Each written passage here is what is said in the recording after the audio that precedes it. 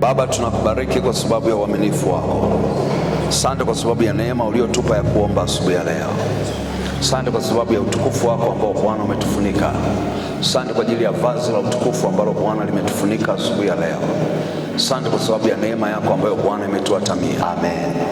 Ninaomba uketi kwenye uwepo wa Bwana. Haleluya. Bwana asifiwe. Jina la Yesu libarikiwe. Fungua kile kitabu cha Isaya, ile sura ya 41. Utaona kwenye ule mstari wa 10 anaanza na neno usiogope. Usiogope. Usiogope ni sentensi iliyokamilika, imewekewa na koma. Usiogope.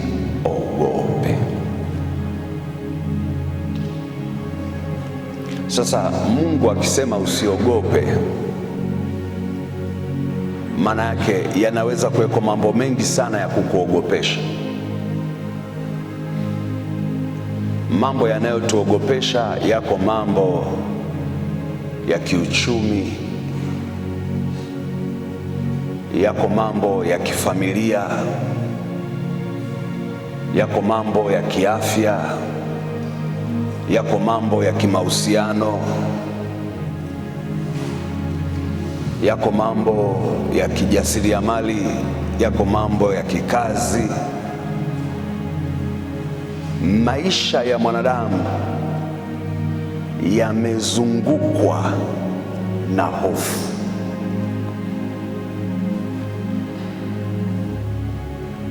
Yamezungukwa na worries. Kila siku kuna kitu unawaza, kitakuwaje, kitatokeaje, mwisho wake utakuwaje. Na huo ndio binadamu, na huo ndio binadamu. Kwa hata siku moja usije ukakata tamaa kwa sababu ya worries unazokutana nazo, kwa sababu ya mashaka unayokutana nayo, kwa sababu ya hofu unazokutana nazo. Hata siku moja usije ukakata tamaa. Mungu kwa sababu anajua tunakutana na hizo hofu, na ndio maana kwenye Biblia neno usiogope limeandikwa mara 365. Unaelewa maana yake? Maana yake kila siku unapoamka asubuhi, weka kibao pale chumbani kwako kimeandikwa usiogope. Kwa ukiamka asubuhi, cha kwanza soma neno usiogope. Kama hilo neno limeandikwa mara zote hizo, maana yake ni kwamba hofu, mashaka, wasiwasi unaweza ukakutana navyo mwaka mzima. Unaweza kukutana navyo mwaka mzima. Lakini Biblia inasema sisi ni washindaji, tunashinda na zaidi ya kushinda kwake yeye aliyetupenda. Jina la Bwana Yesu libarikiwe sana. Ushindi wetu ni kwa yeye aliyetupenda. Kufanikiwa kwetu ni kwa yeye aliyetupenda. Kuinuliwa kwetu ni kwa yeye aliyetupenda. Kuishi kwetu sisi ni Kristo. Ndio maana Mtume Paulo akasema, sio mimi ninayeishi, ila Kristo anaishi wapi? Ndani yangu. Kristo anaishi ndani yangu. Na Yesu alisemaje? Ninyi bila mimi hamwezi kufanya kitu chochote. Kwa hata siku moja usije ukajitofautisha wewe na nguvu za Mungu. Usije ukajitofautisha wewe na neema ya Mungu. Usije ukajitofautisha. Ukijitofautisha tu ndio unajikwamisha mwenyewe. Kwa sababu kuishi kwako wewe ni Kristo. Jina la Bwana Yesu libarikiwe sana. Maana yake anayeshindana na wewe anashindana na Kristo. Anayepambana na wewe anapambana na Kristo. Anayekutafuta wewe anamtafuta Kristo. Na ndio maana unaposoma kwenye maandiko unaona Biblia ikisema usiwaguse masihi wangu. Yoyote awagusaye ninyi anagusa mboni ya jicho langu. Unaweza ukamruhusu mtu akushike popote, lakini sio kwenye macho. Hata kama wewe ni mpole kiasi gani. Bwana asifiwe. lakini mtu akileta kidole chake kwenye macho yako utatoa tu mkono wake. Jina la Yesu libarikiwe sana. Kwa hiyo hata kama Mungu ni mpole kiasi gani, lakini mtoto wake akiguswa, Biblia inasema hawamgusi huyo mtoto wake, wanagusa mboni ya jicho la Mungu. Bwana asifiwe. Ndivyo neno la Bwana linavyosema. Kwa nini nakusemesha kitu cha namna hiyo? Nakusemesha kitu cha namna hiyo ili uelewe anaposema usiogope. Kuna wakati unaweza ukapita kwenye hofu fulani. Ile kwamba unapita kwenye hofu haina maana baba yako hayupo. Bwana asifiwe. Wakina mama, si mnajua mtoto anaweza akawa analia pale na wewe ukawa unaendelea na shughuli zako? Ni kweli kila saa mtoto anapolia unaacha kila kitu? Halo. Bwana asifiwe. Jina la Yesu libarikiwe sana. Kuna wakati unalia unasema mwache kwanza. Mwache kwanza. Lakini yeye anaendelea kulia, wewe unaendelea na shughuli zako, lakini sio kwamba hujali. Analia, unamtazama, unaona yuko sawa, yuko salama, yuko sawa, yuko salama. Lakini kuna kilio kikibadilika, unaacha kila kitu. Bwana asifiwe. Jina la Yesu libarikiwe sana. Ni sawa na mtoto analia, mwache msumbufu. Bwana asifiwe. Lakini ghafla yule mtoto unajua, unaacha kila unachofanya, unaenda. Kwa hiyo haina maana alipokuwa analia mara ya kwanza hukumsikia. Moja, haina maana alipokuwa anaendelea kumkulia haukuwa unamjali. Tunakwenda sawa? Ulikuwa unamsikia, ulikuwa unamjali, lakini muda wa kumfikia ndio ulikuwa bado. Jina la Yesu libarikiwe sana. Kuna wakati unaweza ukawa unalia, sio kwamba Mungu hakuoni wala sio kwamba Mungu hakujali. Sio kwamba Mungu hakuoni wala hakujali. Yaani unalia, lakini unalia kwenye uwepo wake. Bwana asifiwe sana. Una hofu lakini uko kwenye uwepo wake, uko kwenye ulinzi wake. Una mashaka lakini uko kwenye ulinzi wake. Umezungukwa na nguvu zake.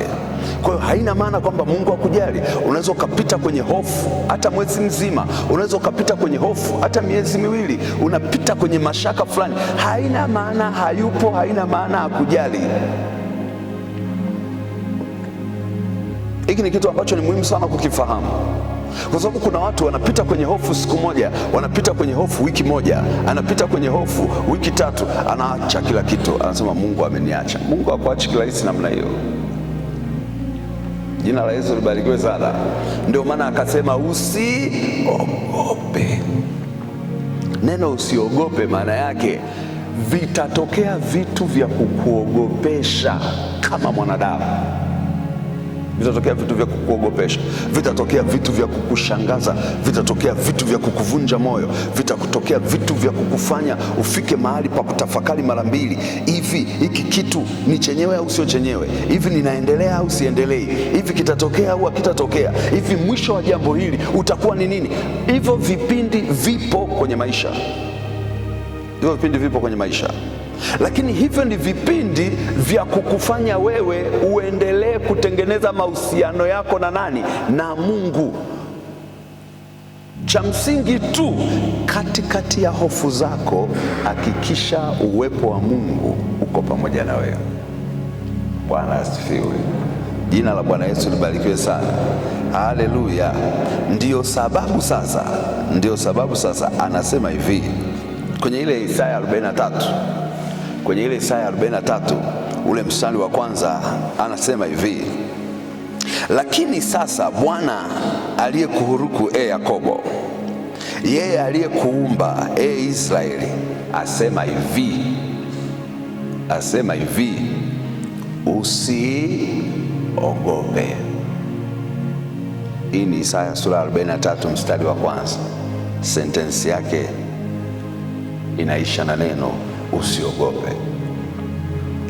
Lakini sasa Bwana aliyekuhuruku Yakobo, yeye aliyekuumba Israeli, asema hivi, usiogope.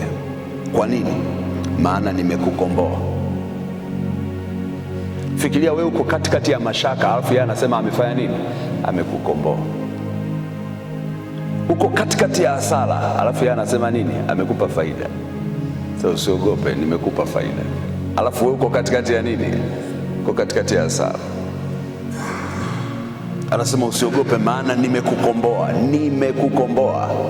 Saa hii anamwambia Israeli nimekukomboa. Israeli yuko utumwani. Haya maneno nabii Isaya alikuwa anayazungumza Israeli wakiwa utumwani. Wewe utumwani, alafu Mungu anakuambia nimekukomboa. Ukiangalia vitu kwa jicho la kibinadamu huwezi kuelewa. Huwezi kuelewa. Anamwambia nimekukomboa, nimekuita kwa jina lako. Nimekuita kwa jina lako. Wewe huu wangu. Unaweza kusema kama mimi ni wa kwako, kwa nini sasa niko utumwani? Bwana asifiwe. Jina la Yesu libarikiwe sana. Kama umenikomboa, kwa nini sasa ninaugua? Kama umenikomboa, kwa nini sasa napitia haya matatizo kwenye ndoa? Kama umenikomboa, kwa nini sasa sipati kazi? Kwa nini sasa sipati tenda? Na ni muhimu kuelewa mafanikio makubwa Israeli waliyapata utumwani. Hiyo kitu nataka uelewe. Wana wa Israeli walizalisha kwa kiwango ambacho hakijawahi kutokea wakiwa Misri. Wapi? Utumwani. Sasa kama mwenzako anazalisha utumwani, kwa nini wewe unashindwa kuzalisha ukiwa huru? Bwana asifiwe. Jina la Yesu libarikiwe sana. Na walizalisha kwa viwango ambavyo sio vya kawaida. Walikuwa na akili sio za kawaida. Akili zao zilikuwa sio za kawaida. Walikuwa wanapigwa, wanatoka mpaka damu, lakini wanafanya kazi mara 4. Unajua walikuwa wanawapiga kwa sababu walikuwa wanataka wafanye kazi mara zaidi. Yaani kiwango cha binadamu cha kufanya kazi unakuta labda ni cha level fulani, ila wao walikuwa wanataka afanye kazi mara 4 ya kiwango chake cha kawaida. Ndio maana walijenga vitu ambavyo haviwezi kupoteza kumbukumbu, karne na karne, vizazi na vizazi. Kwa mara ya kwanza mwaka jana nilipoenda Misri, nilikuwa naenda kama mara ya pili. Nilipelekwa kwenye eneo ambalo wana wa Israeli walitengeneza matofali. Yale matofali mpaka leo yapo. Unaweza ukaelewa, walitengeneza wana wa Israeli wakiwa utumwani. Na nikayakuta yale matofali. Na niliwauliza, mna uhakika gani haya matofali walitengeneza wana wa Israeli? Wakasema tumepima DNA. Kwa sababu yale matofali yalikuwa yanachanganywa, walikuwa wanachanganya majani na udongo kuyatengeneza. Unaweza ukaelewa hiyo teknolojia. Majani na udongo. Wakatafuta kupima DNA ya yale majani, wakakuta yalikuwa yana damu za wana wa Israeli. Wakaprove kwamba waliyatengeneza wao. Wametumia kila vitu vya kisayansi kuhakikisha wanaprove kwamba kile kitu kilikuwa cha wana wa Israeli. Kumbuka wanaotunza hizo kumbukumbu ni Waarabu, ni Waislamu. Bwana Yesu asifiwe. Jina la Yesu libarikiwe sana. Lakini wakati wanatengeneza hiyo miji, wakati wanafanya hayo maajabu, walikuwa utumwani. Walikuwa utumwani. Mafanikio makubwa nilichotaka kueleza, mafanikio makubwa ambayo wana wa Israeli waliyapata wakiwa utumwani. Na ndio maana hata siku moja usije ukafikiri ukiwa katikati ya hofu kila kitu kinatakiwa kusimama. Ndio kitu tunachotaka kukueleza. Usije ukafikiri ukiwa katikati ya mashaka kila kitu kinatakiwa kusimama. Usije ukafikiri ukiwa katikati ya mazingira ambayo yanakufanya ukate tamaa na wewe unatakiwa kukubaliana na kukata tamaa. Wenzako walizalisha wakiwa wanalia. Kwa nini wewe usizalishe ukiwa unacheka? Bwana asifiwe. Jina la Yesu libarikiwe sana. Sasa Mungu alikuwa anazungumza nao wakiwa utumwani. Mungu alikuwa anazungumza nao wakiwa utumwani. Wale wanaofahamu, wanaofuatilia heshima zote ambazo Danieli alizipata, heshima zote ambazo Danieli alizipata, umaarufu ambao Danieli aliupata, mambo mengi makubwa ambayo Danieli aliyafanya, alifanya akiwa wapi? Utumwani. Kasoma vizuri kwenye Biblia. Vitu vikubwa ambavyo Danieli alivifanya akiwa utumwani. Vio vikubwa alivyovipata alivipata akiwa utumwani. Nafasi zote kubwa alizozipata alizipata akiwa utumwani. Heshima zote alizopata alizipata akiwa utumwani. Unabii mkubwa aliutoa akiwa utumwani. Sasa mimi sisemi kwamba wewe unatakiwa kukaa utumwani, ila ninachotaka kukusaidia unapopita kwenye mazingira ya hofu, maana lazima utapita kwenye hofu. Anayekwambia hautapita kwenye hofu simply anakudanganya. Lazima utapita kwenye hofu. Ziko hofu nyingi tu.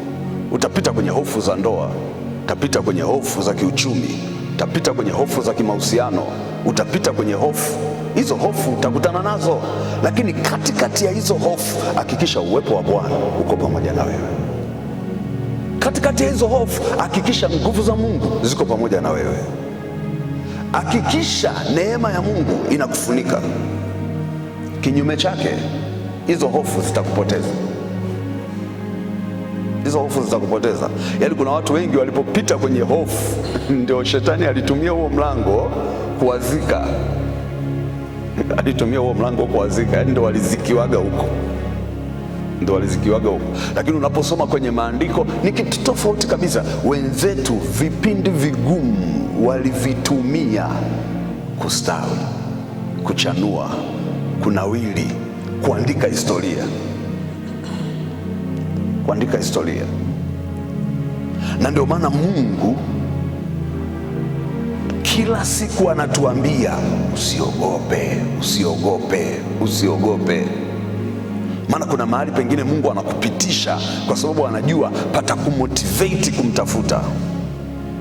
Kuna mahali pengine Mungu anakupitisha kwa sababu anajua kabisa patakupa akili mpya, patakupa kuwaza tofauti, patakupa nguvu mpya, patakupa spidi nyingine. Ndio maana maandiko yanasemaje? Wamngojeao Bwana watapata nguvu mpya. Maanake kuna nguvu imeondoka iliyokuwepo.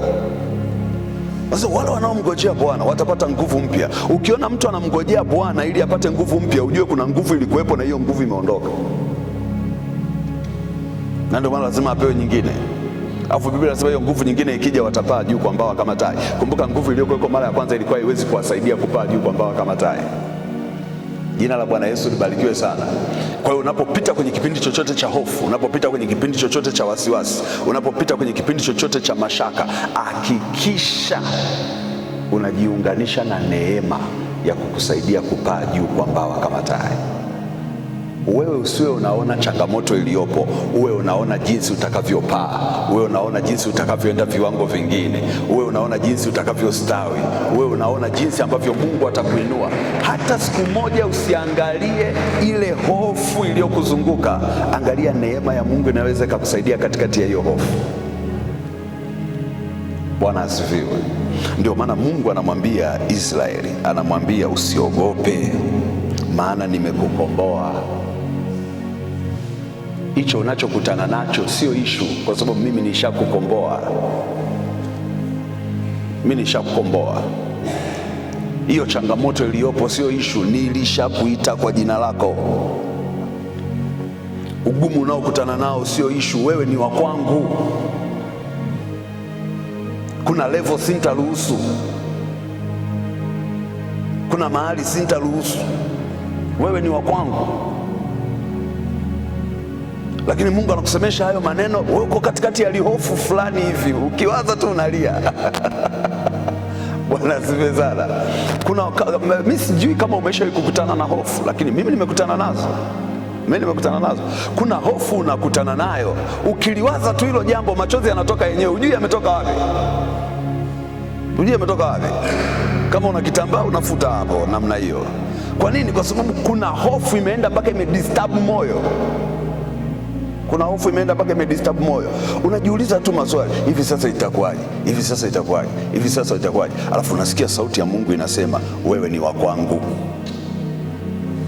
Wewe ni wa kwangu. Nimekuita kwa jina lako. Nimekuita kwa jina lako. Nimekukomboa. Unamwambia, lakini Mungu, kama umenikomboa, mbona hili jambo linakuwa zito? Sasa tulia tu, niko pamoja nawe. Jina la Bwana Yesu libarikiwe sana. Ukiendelea kwenye ule mstari wa pili, unaona sasa anaeleza vizuri, anafafanua, anasema kwenye hiyo sura 43 mstari wa pili, anasema upitapo katika maji mengi nitakuwa pamoja nawe. Upitapo katika maji mengi. Hakuna mtu anayependa kupita kwenye maji mengi. Wale walioingia baharini, walioingia ziwani, walioingia mtoni, hata walioingia kwenye swimming pool hakuna mtu anayetaka maji mengi. Hakuna mtu anayetaka maji mengi. Lakini anasema upitapo, sio uogelea hapo. Upitapo, yani maana yake ni kwamba hayo maji ni sehemu ya njia. Yani lazima upite hapo ili uende ng'ambo ya pili. Walioendesha magari wanafahamu, kuna mahali unafika unakuta maji yameingia wapi? Barabarani. Wakati mwingine inabidi msubiri. Wakati mwingine inabidi msubiri ili hayo maji yafanye nini? Yapungue. Ukijaribu kupeleka gari hapo, gari linafanya nini? Linasombwa na maji. Na kuna watu ambao, kuna clip zingine mmeziona hata kwenye mitandao, mtu amelazimisha kuingia kwenye maji mengi. Nini kilichotokea? Yalimpeleka. Yani mnamuona kabisa, huyu hapa anachukuliwa, huyu hapa jamani, huyu hapa. Mara hao wamesombwa. Walikuwa wanajaribisha kupita kwenye nini? Kwenye maji mengi. Walikuwa wanajaribisha kupita kwenye maji mengi. Lakini angalia, Biblia inasema upitapo katika maji mengi nitakuwa pamoja nawe. Kwa sababu kuna wakati utalazimika kupita kwenye hayo maji mengi. Lakini sikia sauti ya Bwana, anasema nitakuwa pamoja na wewe. Nitakuwa pamoja na wewe. Na katika mito haitakugharikisha. Kuna wakati utajikuta huko kwenye mito iliyofurika, anasema haitakugharikisha, maana yake haitakuzamisha. Kwa nini? Niko pamoja na wewe. Bwana Yesu asifiwe sana. Haleluya. Anasema uendapo katika moto hautateketea. Kumbe kuna saa ya kupita kwenye nini? Kwenye moto. Hiyo saa huwa ipo. Mtu akikudanganya akikwambia haipo, huyo kakudanganya kweli, kwa sababu Mungu kuna wakati anaruhusu. Kwa nini? Dhahabu ili ng'ae lazima ipite kwenye moto. Na wewe kuna level fulani Mungu akizitaka kwenye maisha yako anaruhusu baadhi ya vitu. Na ndio maana hata siku moja ukiona unapita mahali pagumu, usione Mungu amekuacha. Ukiona unapita mahali pagumu, usione Mungu amekusahau. Elewa Mungu anataka kukupeleka ng'ambo nyingine. Elewa Mungu anataka kukupa viwango vingine. Na ndio maana usisikilize sauti ya shetani inayokuambia Mungu amekuacha. Wewe ng'ang'ana kuomba. Jina la Yesu libarikiwe. Ng'ang'ana kuutafuta uso wa Mungu. Ng'ang'ana kulia na Mungu. Mungu, ulisema umeniita kwa jina lako. Mungu, ulisema hautaniacha. Ulisema hautanipungukia. Ulisema umenikomboa. Ulisema nisiogope.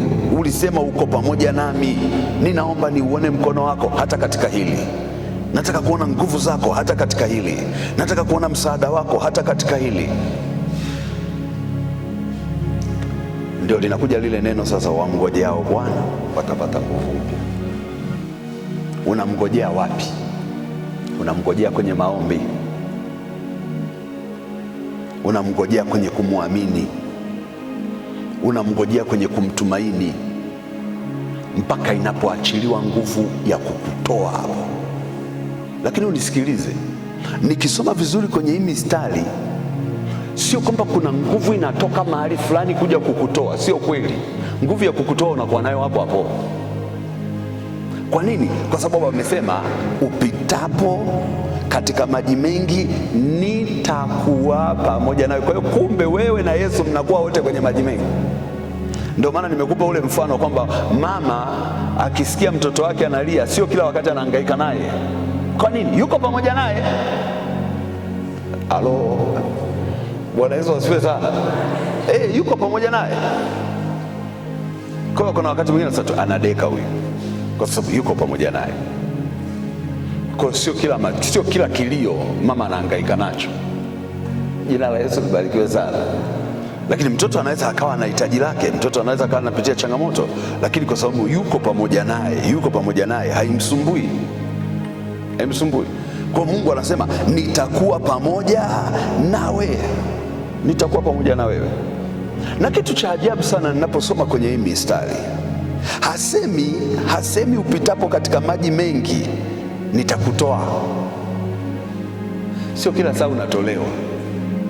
Halo, hata kama maombi yetu ni Mungu niondoe hapa, sio kila saa.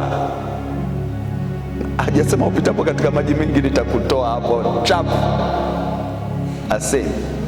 Hasemi upitapo katika moto nitazima huo moto. Hasemi. Yeye anachosema tu hautateketea. Jina la Bwana Yesu libarikiwe sana. Wakati wakina Shadrach, Meshach na Abednego wanakamatwa, wanaenda kutupwa kwenye moto, unajua inawezekana kwenye mioyo yao walikuwa wanamwambia Mungu, huo moto uzimike. Bwana asifiwe sana. Akati ndio wanafanya nini? Wanawakamata. Kumbuka umechochewa mara ngapi? Mara 7. Hata waliowarushia tu kwenye moto wenyewe walifanya nini? Walikufa.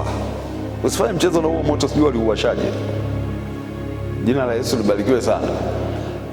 Kwenye mioyo yao inawezekana wangesema moto uzimike, moto uzimike, moto uzimike. Lakini nakuhakikishia waliwabeba, waliwapeleka, na Mungu neno lake limehakikiwa. Moto haukuzimika, ndio ukawaka vizuri. Na wakawatupa kwenye ule moto, ili litimie neno linalosema hata ukipita kwenye moto hautateketea. Unisikilize, kila kitu kilichoumbwa na Mungu kinaweza kumtii Mungu. Bwana asifiwe. Jina la Yesu libarikiwe sana. Bahari inaweza kumtii Mungu, upepo unaweza kumtii Mungu, moto unaweza kumtii Mungu. Hata watu waovu wanamwogopa Mungu. Kwa usije ukafikiri ukiwa katikati ya watu waovu Mungu hayuko pamoja na wewe, madamu na wao wameumbwa na nani? Na Mungu. Na ndio maana wewe hakikisha tu mahusiano yako na Mungu yako sawa sawa. Na ndio maana unaona maandiko yakisema njia za mtu zikimpendeza Mungu, hata wale ambao ni maadui Mungu atampatanisha nao. Bwana Yesu asifiwe. Jina la Yesu libarikiwe sana. Tunapoanza mwaka huu, neno Mungu analokuambia usiogope. Kwa sababu kuna wakati unaweza ukawa unaangalia kule mbele, huelewi sasa itakuwaje, sasa itafanikaje. Unakuwa na maswali mengi kuliko majibu. Sikiliza sauti ya Bwana, usiogope. Jina la Yesu libarikiwe sana. Kwa nini? Amekukomboa. Taifa la Tanzania, usiogope. Bwana amekuita kwa jina lako, wewe ni wa Bwana. Jina la Yesu libarikiwe sana. Kwa hiyo tunapoutafuta uso wa Mungu, kumbuka siku zote anasema usifanye nini? Usiogope. Kuna wakati tunashindwa hata kuomba sawasawa kwa sababu ya hofu iliyoletwa. Na unisikilize, hofu siku zote ni adui wa imani. Hofu siku zote ni adui wa nini? Wa imani. Na hofu na imani huwa hawakai pamoja. Hofu akifanikiwa kutawala moyo wako, imani lazima akimbie. Na imani akifanikiwa kutawala moyo wako, hofu lazima akimbie. Hawakai wote. Na ndio maana unaona maandiko yakisema wenye haki ni majasiri kama simba. Maanake nini? Maanake kinachotawala kwenye mioyo yao ni nini? Faith, imani.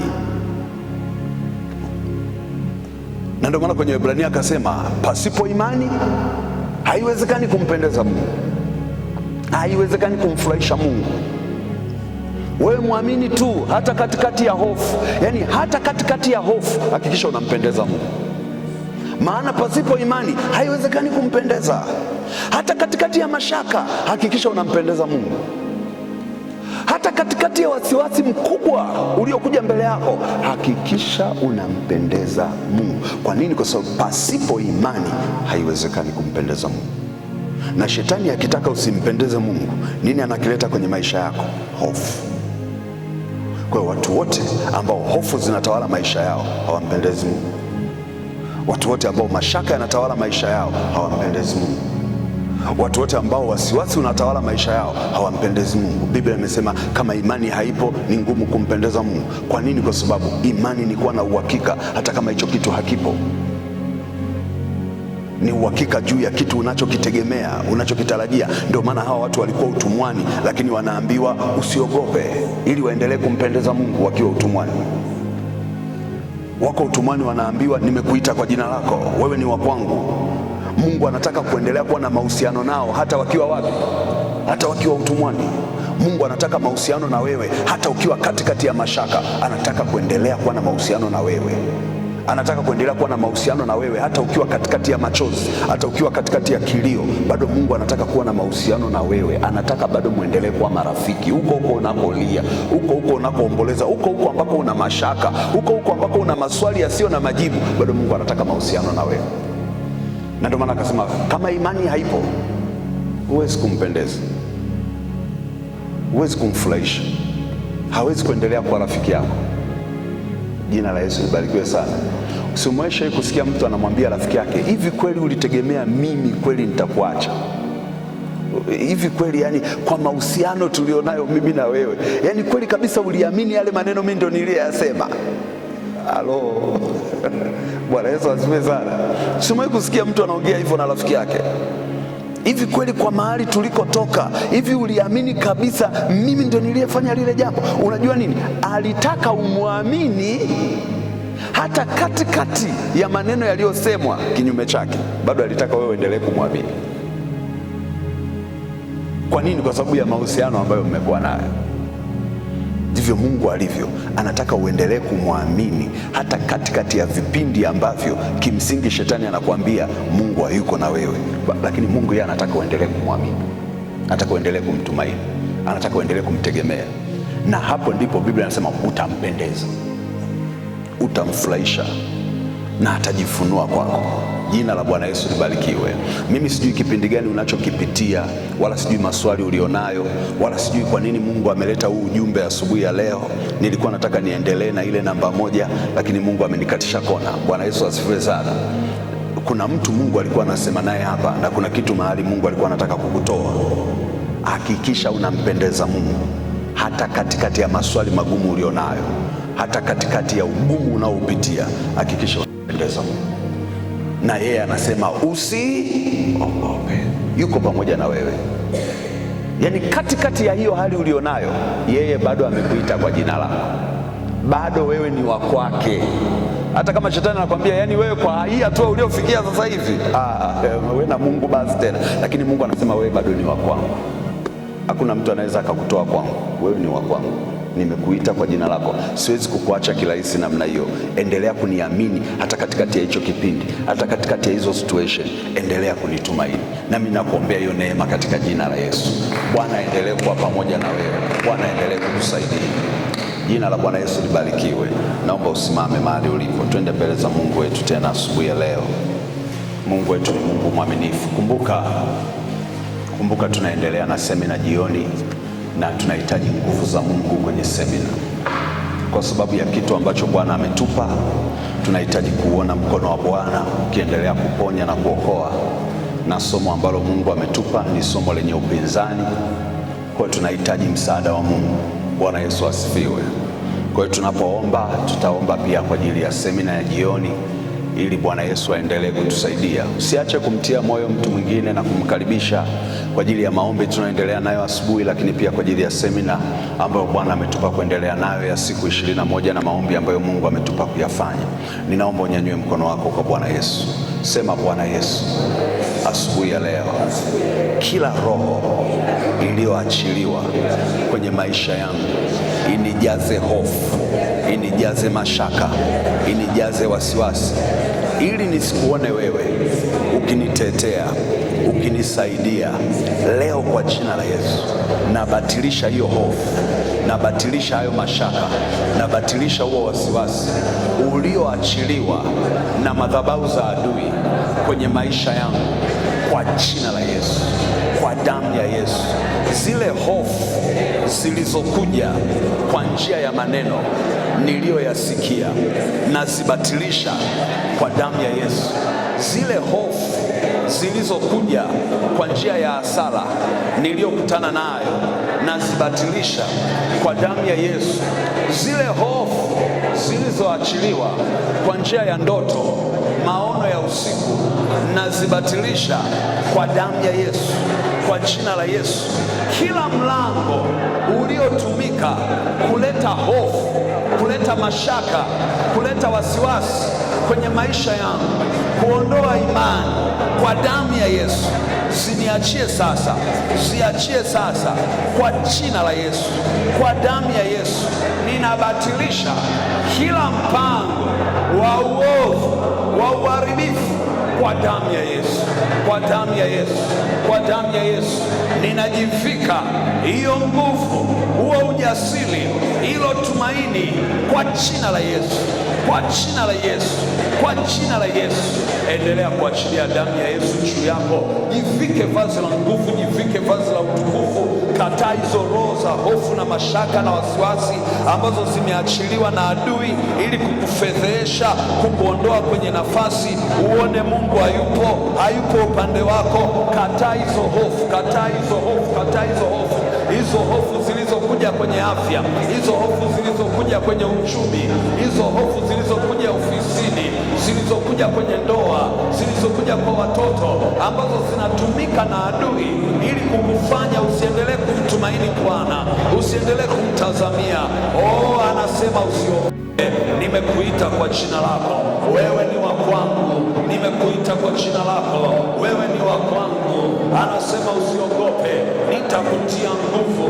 Anasema usiogope, nitakusaidia. Anasema usiogope, nitakushika mkono. Ramasekerenderebosaka.